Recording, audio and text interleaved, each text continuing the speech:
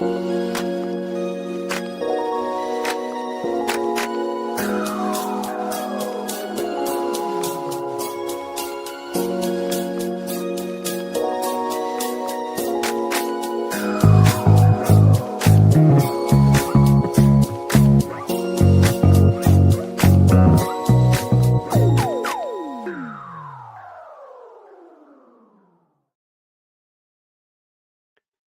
evening, ladies and gentlemen, and welcome to Sir Hunt on X on this 28th of October of the calendar year 2025. As I come to you live from Cincinnati, Ohio, in the United States of America. Here's hoping everyone has themselves a wonderful day today. Do apologize for the hiccup in the middle. My technological difficulties decided to have a shortage of their own brain function, so to go ahead and correct that before I got this thing started. Lots to get to here tonight. Recapping the Monday night game. Still the meltdown here in Cincinnati when it comes to the Bengals fans per usual. The big win by FCC and a historical moment for one of the premier punchers in boxing history. Let's go get right down to it. Of course, last night it was the Chiefs over the Commanders at Arrowhead 28-7. Game wasn't as close as the score indicated, largely because the first half was a turnover fest both ways. But when things got settled down, Patrick Mahomes once again showed the world why he's the premier quarterback in the NFL still, and it's not even close. I mean, anything he does, he just makes it look ordinary. And doesn't matter what Washington tried, they had no answers. I know Jaden Daniels is supposed to be back, but I don't know how much farther Washington is going to get to this point when you're 3-5 and have the older team in the NFL.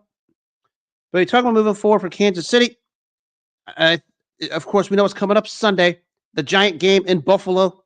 You know, the AFC rivalry at the moment, maybe the premier NFL rivalry at the moment between the Chiefs and the Bills.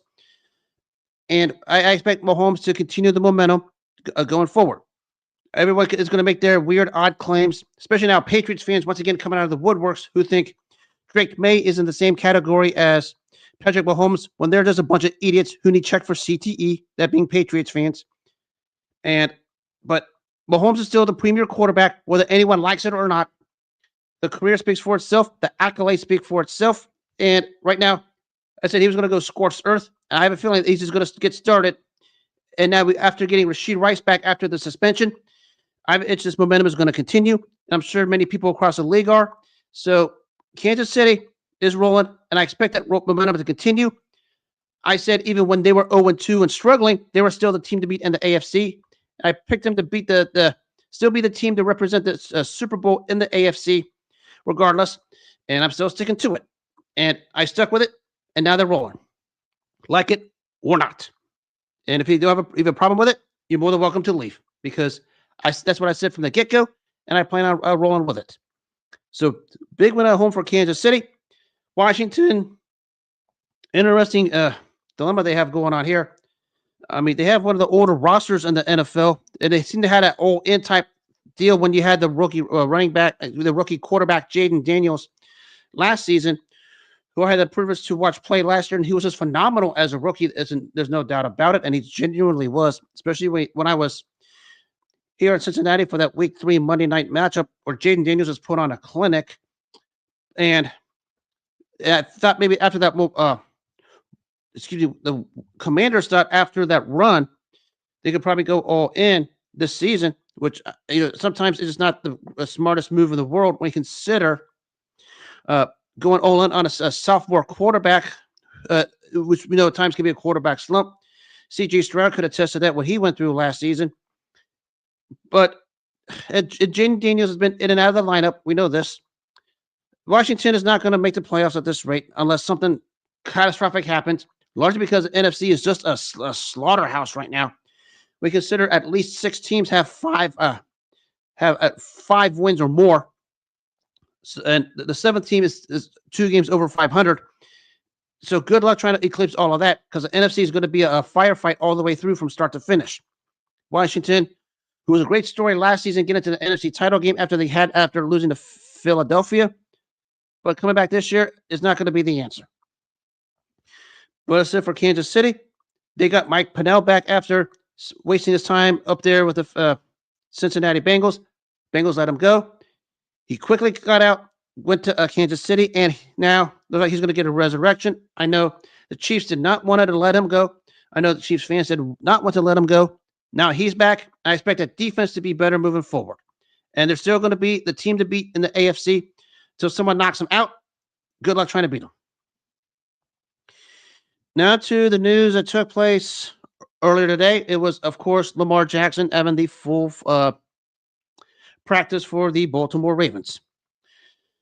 We know the odd hoopla over the last several weeks.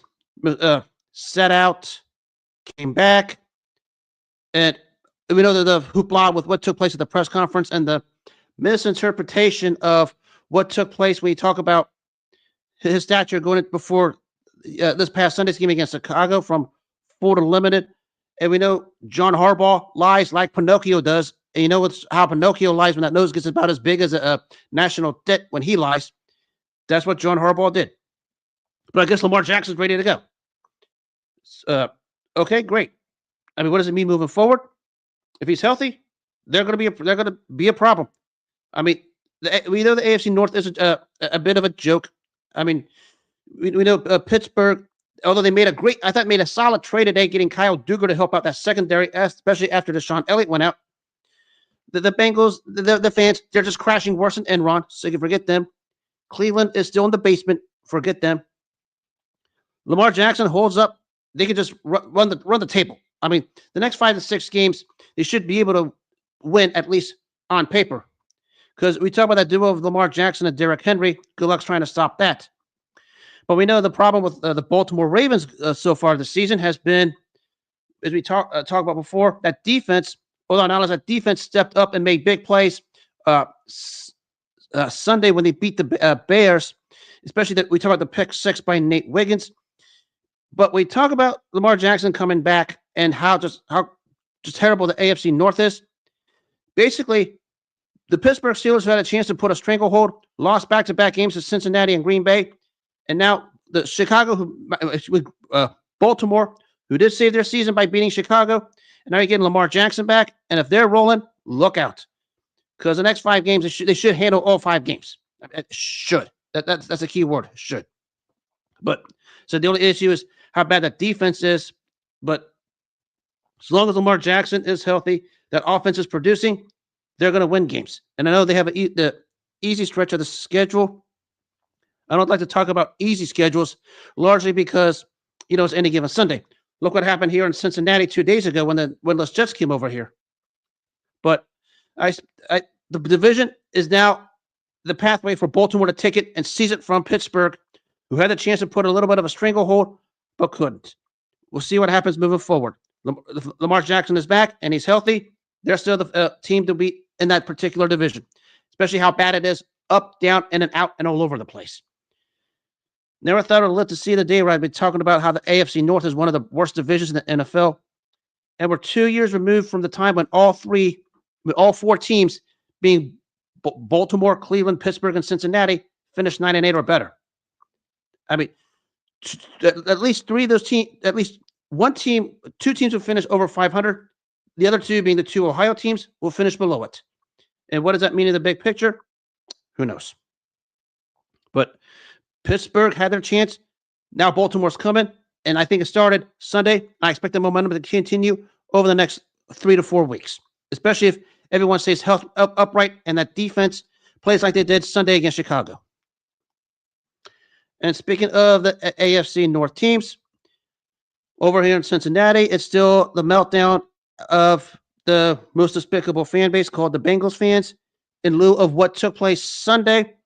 I'm sure everybody knows what happened, where the defense just got beat down and bum rushed, and the karma that came knocking on the door of Bengals fans, whose stock has now plummeted worse than Enron. Football, I get it. You get 1 week, you get an emotional high, and the next week, you get an emotional low. But even Bengals fans should have taken a note from what Bill Belichick did back in 2014. So you guys know, on to Cincinnati. Know the story of that one? A Monday night game where the Chiefs ran the Patriots out of town. And Bill Belichick just basically, I don't know what he did in the locker room, but the first words when he came to the press conference were, on to Cincinnati. The rest is history. They went on to win the Super Bowl. When you're carrying this kind of downturn, the way after what took place Sunday here in Cincinnati, and you're still crashing out, and you're still burning out, and you're still upset over something irrelevant, it says a lot about you than it does a team.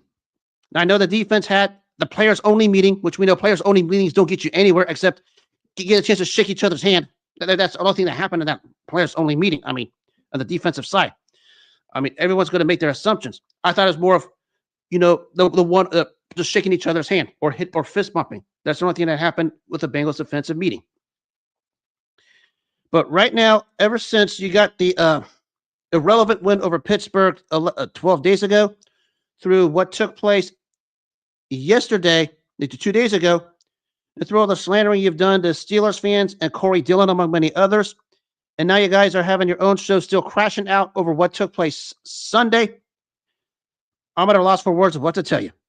I mean, I've already said my piece about it several times, but, if I say my piece, anything about it is irrelevant because I said going into the season, you better generate results because you guys were so fixed-headed and sick-headed and psychotically obsessed with winning the contracts of Jamar Chase and T. Higgins and Joe Burrow as a top dollar.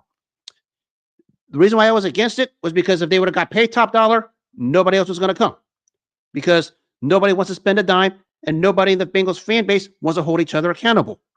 There's the epic failure out at the Cincinnati media, Channel 5 WLWT, Channel 9 WCPO, Channel 12 WKRC, Fox 19, and other radio stations like WEBN with Sarah Elise, who's a coward, and of course Cincinnati.com with Kelsey Conway, who's a coward. You guys are every bit the problem ownership is. And there's a reason why I stopped blaming ownership for anything, and it's for one reason only, and one reason. It's simply because anything I say about ownership is not going to matter. Because I've seen it since I've been following this team since 1985. Even the previous regime before what took place in 1990 was the same way. That's why Super Bowl 23 happened. The game won and lost it. And we have Bengals fans who are still crazed up and obsessed and so still worked up over something irrelevant 2 days ago, calling this the worst loss in franchise history. I lived through Super Bowl 23.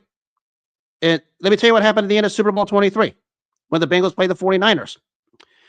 Joe Montana, on a rare occasion, threw a pass that should have been picked off by Lewis Billups in the end zone. And that was one of the super rare bad decisions by Joe Montana in his career. We know how great the guy is. Probably considered the GOAT for the longest time. You probably say he still is. Threw it right to Lewis Billups. Lewis Billups had the interception in the end zone, which would have clinched the Super Bowl for Cincinnati. Lewis Billups dropped it. What happened on the next play? Joe Montana got the other chance, and you don't give Joe Montana second chances because you're going to get burnt. And that's what happened Super Bowl 23 when he found John Taylor for the go-ahead touchdown and what turned out to be the game-winning touchdown for the San Francisco 49ers to win their third Super Bowl in the 80s and basically put the Cincinnati franchise for the next 32 years in disarray. That's the worst loss in Cincinnati Bengals franchise history right there. What happened Sunday doesn't even count or even that discussion. Worst loss in regular season history of the Bengals franchise? Possibly. I mean, it's even worse than what happened week 1 last year to the New England Patriots. Everybody knows the story there. Same thing. The New England Patriots came in with basically tanking because, they were supposed to be not to anything. They were trying to get that first overall pick. They come into Cincinnati and punk them. This New York Jets team had less life than that New England Patriots team. And the Cincinnati Bengals and the Cincinnati Bengals fans, with their arrogance, their overconfidence, let the New York Jets come into their turf and punk them up and down the field. Their biggest lockout was, Joe Flacco was still Joe Flacco. I mean, the real Joe was just the real Joe, just doing anything and everything he wanted to. And as a result, that's what happened Sunday on their side. But because of it, the defense decided to take a vacation. And as I said, for the longest time, going into the season, you can put 11 statues on offense against the Cincinnati Bengals defense, and those 11 statues would put 70 on the Cincinnati Bengals defense. That's how bad that Bengals defense is. You can put 11 baseball hats against the Cincinnati Bengals defense, they'd score 70. You could put 11 laptops against the Cincinnati Bengals defense, they'd score 70. You can put 11, actually, you can put no offense against the Bengals defense. That no offense, nobody on the field, no players, no nothing. They score 70 on the Cincinnati Bengals defense. That's how embarrassing bad it is.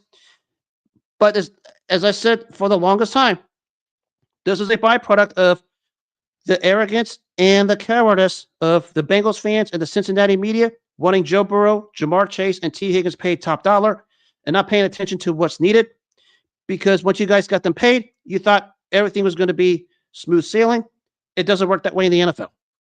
It does not. This is not Madden. And this is, I mean, not even Madden could be as incompetent as Bengals fans in Cincinnati. That's how bad it was. And we talk about what took place Sunday and how the fans are now crashing out. I gave them the warning a while back before the season started. Generate results and do something of significance or wind up like Enron. Little did I know that it would be the winless New York Jets that put the Bengals in the same category as Enron. And that's where they're at right now. The Bengals fans, all those so-called super fans like Zim, the captain, Game on 3 on 5 on 3, whatever that coward's name is, Chris Rowling, Bridget Jankars, list goes on and on, Kelsey Conway. They're all in this, and the names I mentioned, among others, are the reasons why that happened Sunday. And you ruined a pretty darn good day for Joe Flacco, who did everything he could at age 40. And you can't expect much for a guy at age 40. I mean, he's balling right now. I'll give him that. I know he had a sore shoulder. Who knows what's going to happen? But you guys, this is where I lost a lot of you guys a long time ago. You guys are so fixated on one guy being the difference. You think this is boxing or MMA or any kind of combat sports where it's one-on-one, or even a sport like tennis where it's one-on-one. Thinking one player is going to do all be all for anything and everything. It doesn't work that way. That's why I called you all out for the last 2 to 3 years, because y'all were so obsessed with Burrow, Chase, and Higgins paid top dollar amongst the top in the NFL, and not paying attention to what was really needed, which is basically you need 11 guys on defense. And I just include Trey Hendrickson, but his body's falling apart. And you want to know why Trey Hendrickson's body is falling apart? It's because Trey Hendrickson's carried this mediocre roster since he came here in 2020, especially on the defensive side. And I just saw him against the Jets Sunday. He's breaking down little by little. The guy's a warrior, and he battles the best he could. But when you have to carry a mediocre roster the way he did since he's come to Cincinnati, it's going to catch up to you. I mean, the human body can only take so much. And we talk about in a team sport where one guy has to do all the heavy lifting like Trey Hendrickson does. That's how he fell apart. But as I said, the biggest mistake Bengals fans made was demanding Burrow, Chase, and Higgins paid top dollar and not paying attention to the details. I don't care about how much money they have on the salary cap because we know how ownership works. That's why I stopped talking about ownership, because I've seen it since 1985. But it is the Bengals fans and the Cincinnati media who are to blame for what happened yesterday. And as a result, their stock crashed faster than Enron did back at the turn of the century. And if you follow the business sector in the financial field, you know what happened to Enron when they crashed and burned. And what happened to the Bengals fans and the Cincinnati media on Sunday was worse than that. They're the reasons to blame. I'm not putting anything on any of the players anymore because they deserve better. And if I blame anyone on that roster, it's doing it justice, especially on the offensive side, where Joe Flacco, Jamar Chase, and Noah Fant and Chase Brown are doing what they can to put points on the board. It's just the defense. The defense, we get it, but it's because that's what the Bengals fans wanted. They cared more about Burrow, Chase, and Higgins paid top dollar and not what took place yesterday with that bad defense. You can't just have one way and think one way is going to be the right answer. I've always compared it to driving down the wrong way on a one-way street. And if you go down the wrong way on a one-way street, especially down here in Cincinnati where it gets real nasty, you're going to crash head on, and the result is not going to be good. That's why Bengals fans and Cincinnati media are to blame for what's gone on for the last 4 seasons since losing Super Bowl 56. Also, the reason why they lost Sunday, because they thought beating the Pittsburgh Steelers was going to elevate them to some sort of supernatural creation, and taking it out on Steelers fans, taking it out on Corey Dillon, and taking it out on the Minnesota Vikings. I don't know what that was all about. And to have that happen to a winless team who had no life coming in, and had probably one of the all-time bizarre quarterback controversies with what happened with Justin Fields, the Bengals fans and the Cincinnati media need to shut up and look at themselves in the mirror, because you guys are the reason why that happened Sunday.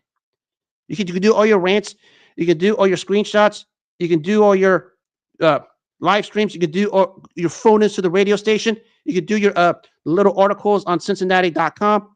It doesn't matter. The Bengals fans and the Cincinnati media and those so-called super fans are exactly why what happened Sunday happened, because it was a cultivation of what was coming over the past 4 years. Karma came knocking on your door, and now you're worse than Enron. I bet to be talking about this moving forward. I showed a little too much emotion last night, but one thing I learned over the last few days, I studied some other fan bases who had bad losses, not worth getting mad over. I'm not. I'm just going to tell it like it is, as calm as I am. And that's how it's going to be with me moving forward. On to from the dark side of the Cincinnati, which is the Bengals and the Bengals fans, which is always an embarrassment, to the positive and the more uplifting part of Cincinnati. And that took place last night at TQL Stadium. It was the Hell is Real Cincinnati, FC Cincinnati and Columbus Crew in the first round of the MLS playoffs.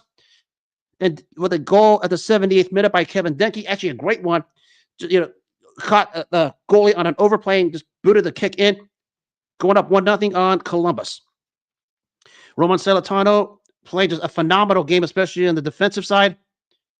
And I've always said, the only thing good that's going on right now in Cincinnati isn't the Bengals, because the Bengals fans ruined that. It is, if I'm going to step right here, FC Cincinnati soccer. Sha-la-la-la-la, oh, FCC. Do yourselves a favor, because I heard of both of you guys are going to Columbus. Take the brooms with you, because you better sweep these guys. You guys have a hurdle to clear, because I remember what happened in 2023 when they came here in the conference championship and basically dog-watch you guys after you were spotted a 2-0 lead. Go up there, complete the sweep, and let's celebrate, because them clown jobs in Columbus, the biggest whack jobs you'll see in the state of Ohio, acting like driving from Columbus to Cincinnati was a cool thing. When those morons should have stayed home in Columbus. They want to play that game? We'll play it. You guys in Cincinnati, FC Cincinnati fans, go to Columbus, bring some brooms, complete the 2-game sweep, and let's end it Sunday. I'll be home watching it. I mean, I'd like to drive, but I'm pretty much tied up on many things because I would like to be a part of it. But what an electric atmosphere last night at TQL Stadium. And I said, one thing I've always said about TQL Stadium and FC Cincinnati, the electricity, and I thought the Cincinnati skyline lights up good. The electricity at FC Cincinnati games, when they're playing well, from the fans to the players and vice versa, they feed off one another. Electricity goes up about 3 to 4 notches.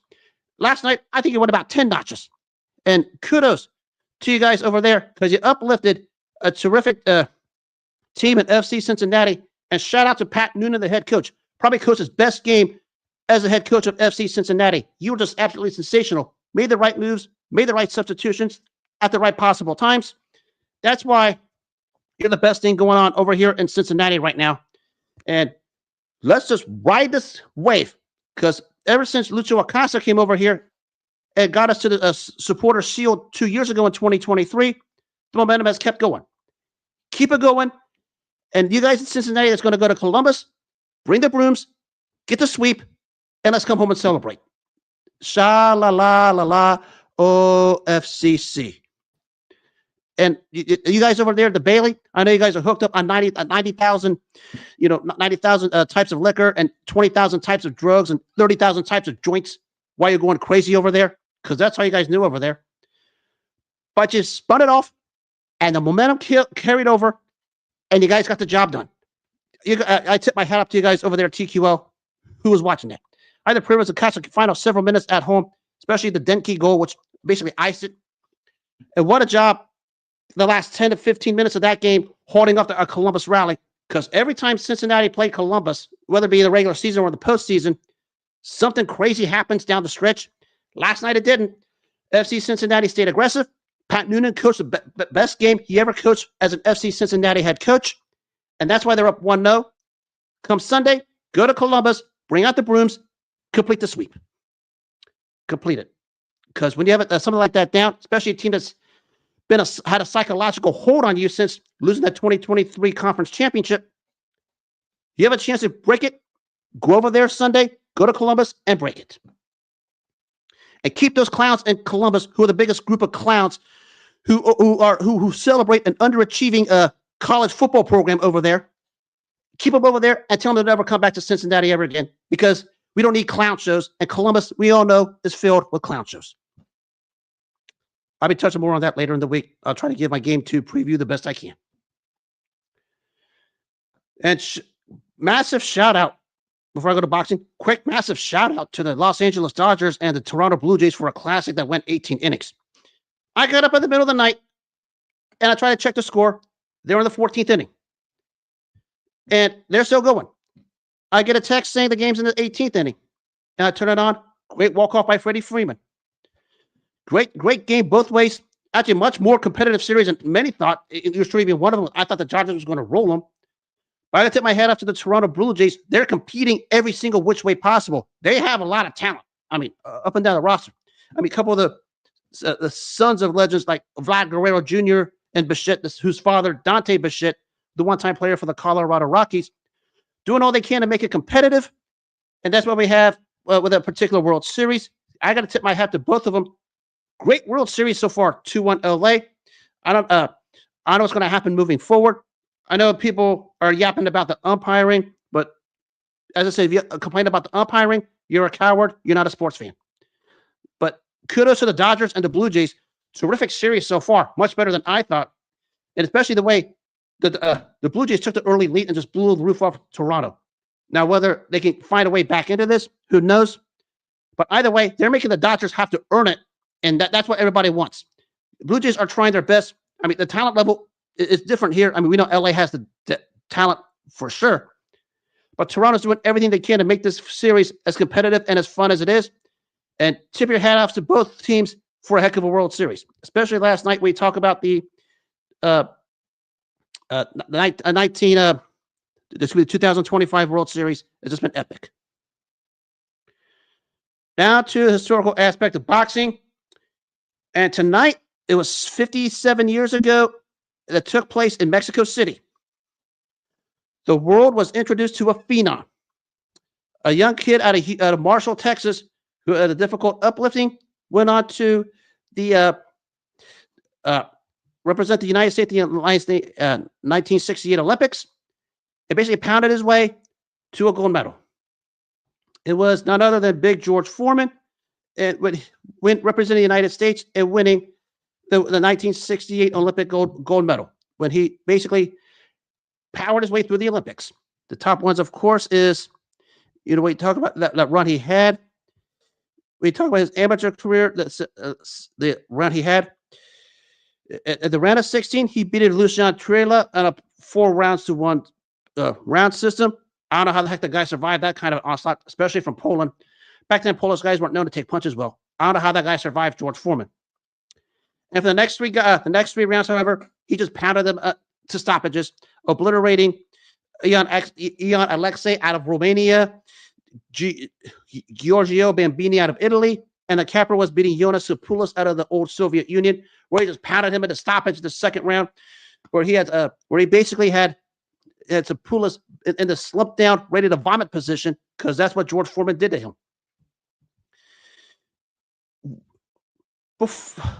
We don't have pure punchers who can just plow you the way the first version of George Foreman did. Because back then, if you were just that kind of a one-dimensional fighter, you were ripe for the picking.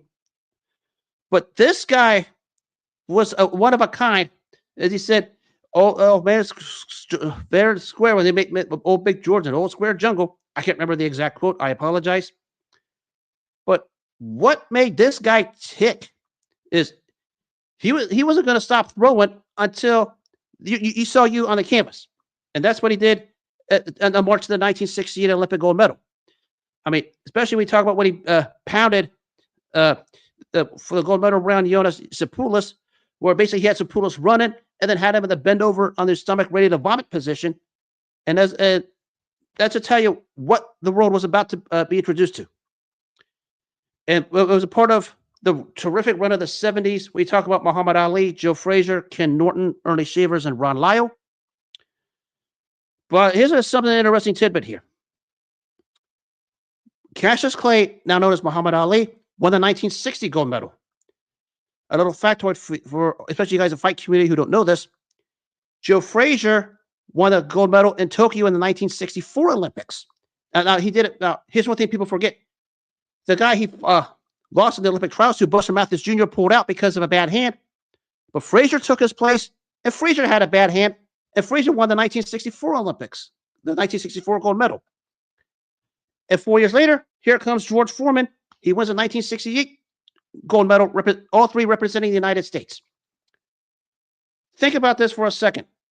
From 1960 to 1970, yet Ali, Frazier, Foreman representing the U.S. as amateurs.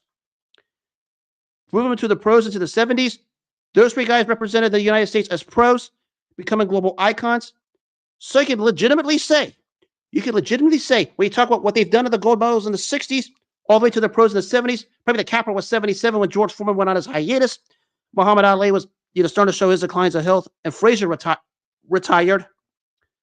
From 1960 all the way to 1978, where it ended when Muhammad Ali beat Leon Spinks for the heavyweight title. That 18 years belonged to those three guys. I mean, everybody calls them three the heavyweights of the 70s. You could call them the heavyweights of the 60s for what they did in the Olympic Games. I mean, Cassius Clay, 1960 gold medal. Joe Frazier, 1964 gold medal. George Foreman, 1968 gold medal. Think about that. Not just doing it as pros, but doing it as amateurs. We talk about that 18-year run, and we talk about that 18-year run that they had. That was their decade. And we know everything that spun off to with those three guys. Foreman turned pro, beating Joe Frazier with a 2-round obliteration on June 22nd, 1973 in Kingston, Jamaica. Actually, if we go back before that, the beginnings of the trilogy between Joe Frazier and Muhammad Ali at the super fight of March 8th, 1971. As I said, spun off to the George Foreman obliteration of Joe Frazier in 1973 at Kingston, Jamaica. We had the Ali-Frazier second fight where Muhammad Ali won the unanimous decision to put himself in line to fight George Foreman. And we know what happened 51 years ago in Kinshasa, Zaire, the Rumble in the Jungle, where Muhammad Ali shocked the world by beating George Foreman. To, of course, the Thriller in Manila 50 years ago in the Philippines, and probably the most brutal fight in boxing history between Muhammad Ali and Joe Frazier, that ended their historic trilogy. And the capper was 1976 when George Foreman and Joe Frazier met in a rematch where George Foreman just obliterated Joe Frazier again. You could legitimately argue Muhammad Ali, George Foreman, and Joe Frazier ruled the heavyweight division for 2 decades if you include what they did as amateurs. And the historic run they had, when you talk about reaching Olympic gold representing the United States of America. That's what you had for that 2-decade period. Nobody can really say that. No trio at that level could ever say that. I mean, some had runs here and there, but a lot of stopgaps. But we talk about a consistent run for 2 decades, consistently from 1960 all the way through to 1978, with the capper being Muhammad Ali beating Leon Spinks to regain the heavyweight championship. For that 2-decade run, it belonged to 3 guys: Muhammad Ali, Joe Frazier, George Foreman. And it was 57 years ago, George Foreman hit his crowning moment in the amateurs when he represented the United States in Mexico City to stop Jonas Sapoulas in the second round, where he had him running and this bent over to vomit position to where Foreman had his hand raised, and he was awarded the gold medal representing the United States of America. And we know what happened with Foreman after that. I mean, the punching machine who just obliterated everyone and stunned the whole world as a 4-1 underdog when he just went into Kingston, Jamaica, and floored Joe Frazier six times in 5 minutes. Like every time he hit him, Frazier hit the floor. I don't know if there was a magnet underneath the ring, glued to Frazier's butt to where it pulled Frazier down to the canvas.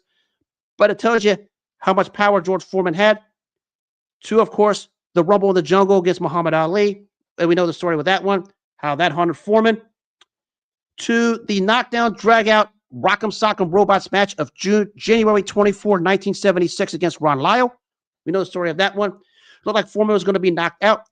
Gets up just before the bell ended round 4, just to pound Ron Lyle to stop him in the 5th round. To the loss to Jimmy Young in 1977 in Puerto Rico. To the 10-year hiatus.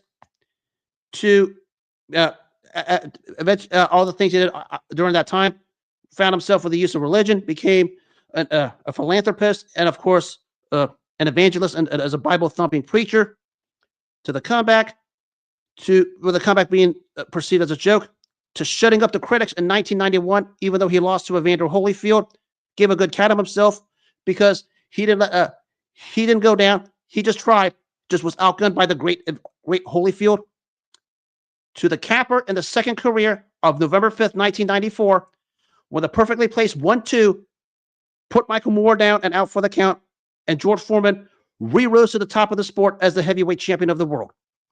And I said this last year when I did my 30-year anniversary about that show. When he stopped Michael Moore to regain the championship, he reascended in boxing history because he was forever known for what took place October 30th, 1974, Rumble in the Jungle. And there's questions of what his career was. For him to come back in a second incarnation and to ascend to that point and to once again reach the mountaintop, ascended him in history, and you could probably say a top 6 all-time great heavyweight in that regard. And his place in history stamped after that night. And we know what that happened afterwards. The knockout sensation, the George Foreman grill, which he was paid a fuselage amount of money for his naming rights. It was some crazy figure. He was still making money off of that until his passing earlier this year. Still profiting off of it. The commercials. He had, of course, the movie a couple years ago about him, especially in around the time where he lost to Jimmy Young, and the comeback. Maybe you talk about pop culture and celebrity makeovers. Nobody did it like George Foreman. A troubled young man in the first half of his career. We know the story about that one. I mean, that's true of boxers, but especially with Foreman. We talk about what he went through in his tough hometown of Marshall, Texas, to become the lovable giant and the jolly fat man with the shaved bald head, and to get the fans on his side, chanting George, George, George on that night at the MGM Grand and putting Michael Moore down with the 1-2. A career and life celebrity makeover like none other. And that's what George Foreman was. Certainly an all-time icon. I mean, he had everything. He had all the endorsements afterwards. I think Pepsi. He had Doritos, Meineke. By George, I think he's got it. And of course, he had the George Foreman Super Nintendo video game in the middle of it. The George Foreman Knockout Boxing in the middle of that comeback. So not only was this guy just taking names and beating you in the ring, he was taking names and beating it in the endorsement deals, profiting off the charts. All kinds of books in the back half after his loss to Shannon Briggs, the back half of his life, books all over the place. Became a philanthropist, the George Foreman Youth Center. I mean, you can't talk about enough what this guy did in the second half of his career when everyone was mocking him, laughing at him. When he faced Michael Moore, he had the last laugh. You could diagnose the Michael Moore fight any freaking way you want. You can tell me anything you want. It doesn't matter. The official result was the 1-2. Michael Moore was in the splat, ready to get laid position on his back, and the legs wide apart, and the lips so darn swollen you thought the guy swallowed a bee sting. And George Foreman turning to the corner, and when his head was in the air, the undisputed heavyweight champion of the world, as Jim Lampley said that night, It happened. A phenomenon like none other. I mean, when he passed earlier this year, it was like not the sport of boxing lost an icon, but society as a whole lost a genuine good guy who totally made himself over from what he was in the first incarnation to the second incarnation. It When he was in the second incarnation, basically said it all about who this guy was. And it all started 57 years ago in Mexico City, representing the United States, when George Foreman pummeled Cepulis, who was in that runaway from George in the vomit position. And George Foreman went with his hand raised to win the U.S. Represent the United States to win the 1968 gold medal. May God rest the soul of the big George. Just think about that 2-decade run for you, long-time fight followers. What Ali, Frazier, and Foreman had the gold medals in the 60s and cultivated to the careers of the 70s. Can you say any three guys had that kind of a stranglehold on the sport the way those three did? I mean, some may have it, but not as consistently as they did. I mean, the only gap you could probably say there was what happened to Muhammad Ali, but that's a whole different animal. For these three to have that kind of a stranglehold at a time when the heavyweight division and winning the heavyweight championship was the glamour prize in all walks of life, says a lot about who these guys were. And think about that for a second. They did it as amateurs. They ruled the 60s. I mean, 1960 was Cassius Clay winning the gold. 1964 was Joe Frazier. 68 was George Foreman. And to have those three guys win a combined 5 heavyweight championships, 3 by Ali and 1 apiece by Frazier and Foreman, in the 70s, that should tell you everything right there, what the heavyweight division was. And that's why that decade was a glamour decade of the heavyweight division. And it was basically ruled by those three guys. And you say it started back in the 60s when they were amateurs collecting gold medals. There's nothing those three guys could have done differently. And they ruled the roost for that period. May God rest the souls of those three heavyweights. And I'm sure they're up at the pearly gates laughing about it right now, just having a good time talking about those runs, because they made their impact, and they made their impact that lasts forever and ever and ever. And on that note, that'll wrap up this Tuesday night edition of Sirhan on X. I will be back tomorrow night.